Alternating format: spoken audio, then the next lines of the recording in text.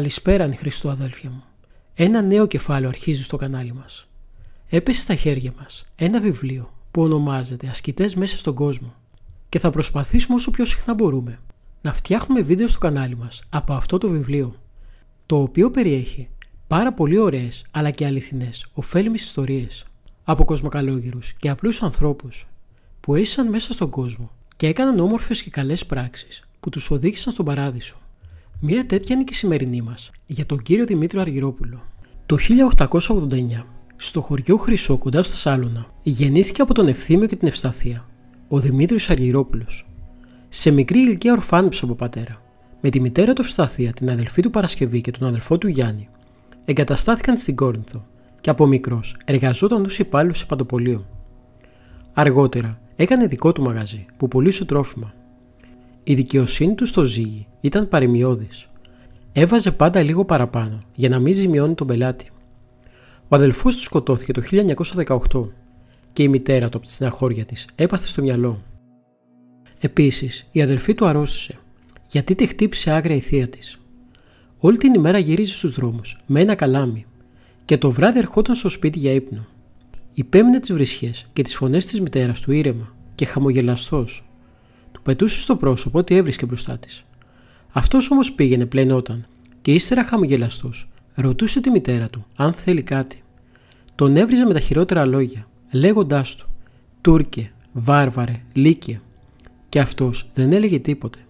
Του έβαζε το μαχαίρι στο λαιμό και αυτός χαμογελαστός δεν αντιδρούσε. Οι γείτονές του άκουγαν μέχρι αργά τη νύχτα τις φωνές της μάνας του. Λόγω του ότι δεν κοιμόταν καλά ο Μίτσος, κατά τη διάρκεια της ημέρας λιποθυμούσε και έπεφτε κάτω. Κάποια φορά λοιπόν από το πέσιμο έπαθε διάσηση και νοσηλεύτηκε στο νοσοκομείο. Ζούσε αγόγγιστα μια μαρτυρική ζωή. Πάντα χαμογελαστός υπηρετούσε μάνα και αδελφή με υπομονή και αγάπη, μέχρι που εκοιμήθη η μητέρα του σε ηλικία 105 ετών. Ο ίδιος ζούσε ασκητική ζωή. Κοιμόταν σε ένα κρεβάτι αποτελούμενο από δύο σανίδες που εστηρίζονταν πάνω σε δύο κασόνια. Ρούχα είχε μόνο μια αλλαξιά καλοκαιρινή και μια χειμωνιάτικη. Είχε μόνο τα απαραίτητα και αυτά απλά και φτωχικά. Το φαγητό του ήταν επίσης λιτό και ασκητικό. 13 μακαρόνια έβρεζε ή μια κούπα όσπρια ή λίγες πατάτες και περνούσε όλη τη μέρα. Έκανε κάθε μέρα ενάτη. Έτρωγε πάντα μόνο μία φορά την ημέρα και κάποιες μέρες δεν έτρωγε τίποτε. Δεν εδέχτηκε από τους άλλους δώρα και περιποίησεις. Ήταν σιωπηλός. Έλεγε λίγα λόγια, τα απαραίτητα και δεν κατέκρινε κανέναν. Είχε γράψει σε ένα χαρτόνι το ρητό: «Ο τηρών το εαυτού στόμα, τηρεί την εαυτού ψυχήν», και το είχε τοιχοκολλημένο.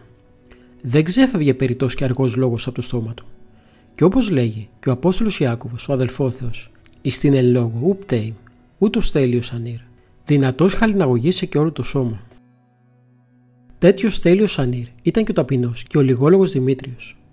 Όταν το ρωτούσαν κάτι πνευματικό, απαντούσε και συμβόλευε με λεπτότητα και αγάπη. Αγαπούσε την προσευχή και δεν σταματούσε να προσεύχεται μέρα νύχτα. Είχε συνηθίσει να γρυπνά, διότι δεν τον άφηναν οι φωνές της μητέρας του να κοιμηθεί. Και έτσι το μεγαλύτερο μέρος της νύχτας προσευχόταν. Ήξερε λίγα γράμματα. Ήταν της 5ης Δημοτικού. Μελετούσε πολύ την Αγία Γραφή και αποστήθηκε σε προσευχές. Κάθε Πέμπτη πήγαινε σε γνωστά του γειτονικά σπίτια και τους διάβαζε βιβλία πνευματικά. Ήταν πολύ ταπεινός και αφοσιωμένος στην προσευχή. Γι' αυτό τον επισκέπτονταν πολλοί για να του συμβουλευθούν. Κάποια νέα έδωσε εξετάσεις στο πανεπιστήμιο και ενώ ήταν άριστη μαθήτρια δεν πέρασε. Ήταν πολύ στεναχωρημένη και πήγε μαζί με τη μητέρα του στον Δημήτριο για να την παρηγορήσει. Έκαναν όλοι μαζί παράκληση και ύστερα είπε στη νέα: «Παιδί μου, μη στεναχωριέσαι, διότι ο Θεός για σένα άλλες πόρτες ετοιμάζει». Πράγματι, την επόμενη χρονιά την πήραν χωρίς εξετάσεις ως αριστούχο στην ανωτάτη βιομηχανική Πειραιώς. Σε ένα χρόνο τη ζήτησε σε γάμο κάποιος νέος με την προϋπόθεση να μην συνεχίσει τη φοιτησή της, ούτε να εργαστεί. Έτσι παντρεύτηκε και απέκτησε 4 παιδιά και θυμήθηκε τα λόγια του Δημήτριου. Θεώρησε ότι μία πόρτα ήταν η σχολή και η άλλη ο γάμος. Μετά το μεγάλο σεισμό του 1981 στην Κόρινθο, συζητήθηκε από μερικούς πιστούς ότι κάτι τέτοιοι άνθρωποι σαν τον κύριο Μίτσο προσεύχονται και δεν έγιναν μεγάλες ζημιές στην Κόρινθο. Δηλαδή δεν σκοτώθηκαν άνθρωποι, παρόλο που ο σεισμός έγινε νύχτα. Στην εκκλησία πρώτος πήγε να λειτουργήσει και ήταν πάντα σκεφτός και προσεκτικός. Όταν ήταν να κοινωνήσει, όλοι παραμέριζαν για να περάσει. Του έδιναν προτεραιότητα να κοινωνά πρώτος. Έπαιρνε το αντίδωρο και στο τέλος έφευγε. Όταν το χαιρετούσαν, δεν σηκώνει το κεφάλι να τους δει, αλλά σκυφτός αντιχαιρετούσε με ένα άχνο, γαλήνιο, πονεμένο μηδίαμα. Μετά τη συνταξιοδότησή του, αφιερώθηκε περισσότερο στην προσευχή και στη λατρεία. Παρακολουθούσαν λοιπόν όλες τις λειτουργίες. Σχεδόν κάθε μέρα ανέβρισκε και κοινωνούσε συχνά. Όταν δεν υπήρχε ψάλτης, έψαλε ο ίδιος. Η χάρις του Θεού ήταν εμφανή στο ασκητικό του πρόσωπο. Ένα παιδάκι, βλέποντας μία μέρα τον Κυρμίτσο που επέστρεφε από την εκκλησία, είπε στον πατέρα του ότι ο Κυρμίτσος έχει φωτοστέφανο στο κεφάλι του. Κάποτε, όταν πήγε να κοινωνήσει, ένα παιδάκι είπε στη μητέρα του: «Μαμά, κοίτα, ο Κυρμίτσος πετάει φωτιές».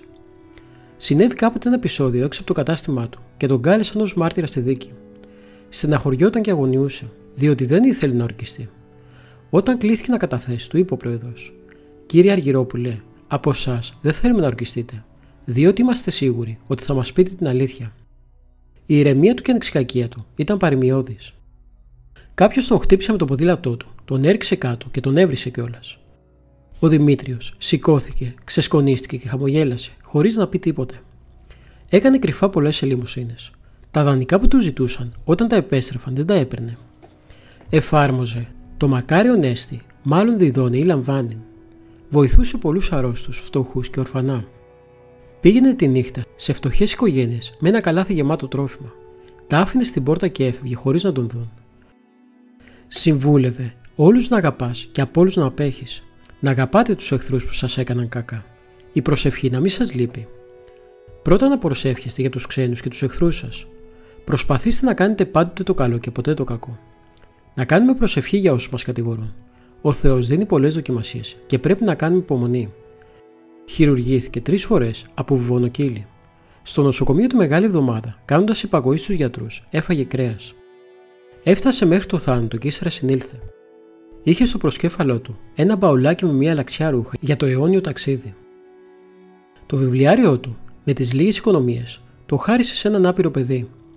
Τα 2 τελευταία χρόνια δεν επικοινωνούσε και κοιμήθησε σε ηλικία 97 ετών στις 21 Ιουνίου του 1986, παραμονή της Πεντηκοστής, και ανήμερα της Πεντηκοστής έγινε η κηδεία του. Στον επικίδιο λόγο μακαριστός γυμνασιάρχης και πρώην δήμαρχος Κορίνθου, κύριος Σύφης Κόλλιας, άρχισε ως εξής: «Σήμερα η Κόρινθος κηδεύει τον Άγιό της». Πράγματι, όλοι ανεγνώριζαν την αρετή του και τον σέβονταν. Ήταν πρότυπο χριστιανού που ενέπνεε πολλούς. Πάντα χαμογελαστός, ήρεμος, ταπεινός, καρτερικός και σιωπηλός. Πάνω στην πλάκα του τάφου του έγραψαν οι γνωστοί του: Δημήτριος Αργυρόπουλος, ο Ελεήμων. Αιωνία του η μνήμη. Αμήν. Από το βιβλίο «Ασκητές μέσα στον κόσμο».